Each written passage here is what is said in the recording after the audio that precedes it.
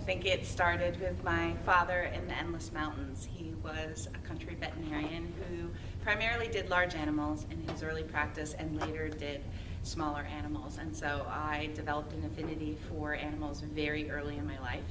And I saw how dogs in particular were working dogs. They were used as tools in that community, and I saw their capacity. And when I became executive director of Crisis Center North, probably about 5 years into it, I thought I can't grant write without the dog, because I think fur is simply inspiring. So I took Penny to work, and she was very used to the staff and very used to the center.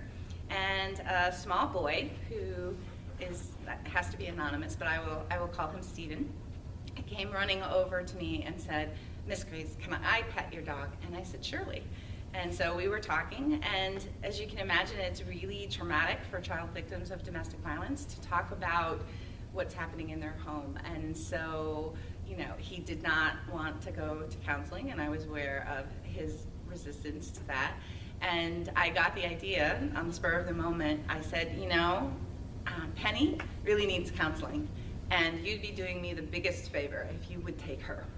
And so he took her into counseling, and when he came out and the counselor returned the dog, she said they had covered more ground in that one session than they had in 6 months, because Penny ended up making him feel comfortable. He spent the session talking about the dog while he was with us. So that's what began the project.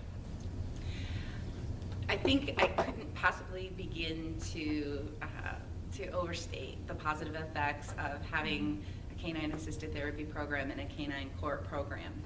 It's been amazing to watch the barriers that she cuts through, both with clients and with the systems that often work with battered women. And I think a lot of people don't really understand what working dogs can bring to a situation. But honestly, when you think about it, they're the perfect companions and have been for centuries to humans.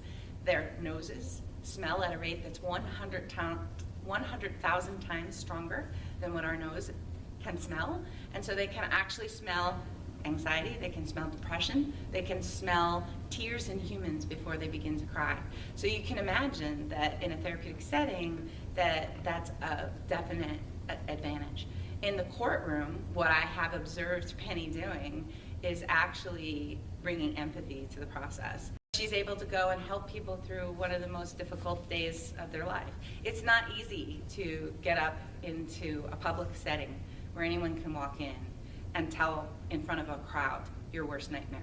It isn't easy to talk about how he choked you or strangled you or raped you in front of a group of people who you don't know in order to be able to be eligible for a PFA. So in those instances when people have to share their worst nightmares, she's there to provide emotional comfort. And she is a 1 in a million dog, and that's how I would explain most working dogs. You can't take any dog and make this happen. They're just like humans. They have to have a calling to do this work. And in fact, I have to laugh on the days that she isn't scheduled to go into the center.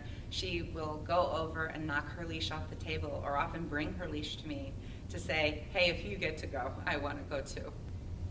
I think if we were able to expand the program at Crisis Center North through additional grant funds or donations, we would be able to reach more victims of domestic violence. We would be able to reach more settings, and that's what I look forward to. I'm very passionate about Penny's work and what she does, but I'm more passionate about a new tool that could expand horizons in victim services. The background that I have, I deeply believe what canines can do. They can be life-saving to people. And so I would look forward to other programs expanding and doing this work.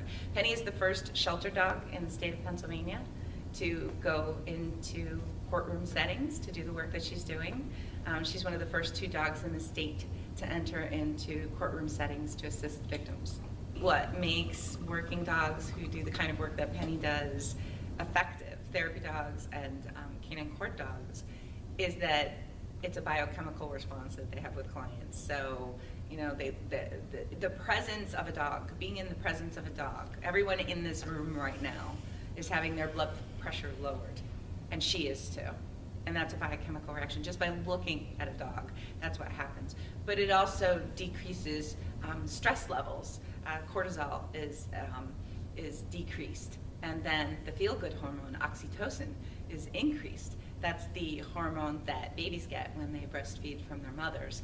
And it's actually a way to, combat depression. I think one of the most significant aspects of our canine court program and our animal-assisted therapy program is the flexibility that Penny exhibits.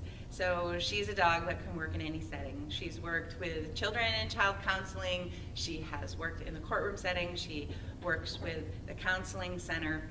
And very much like the rest of my staff in the Domestic Violence Center, she exhibits a flexibility to be who she needs to be and where she needs to be at all times.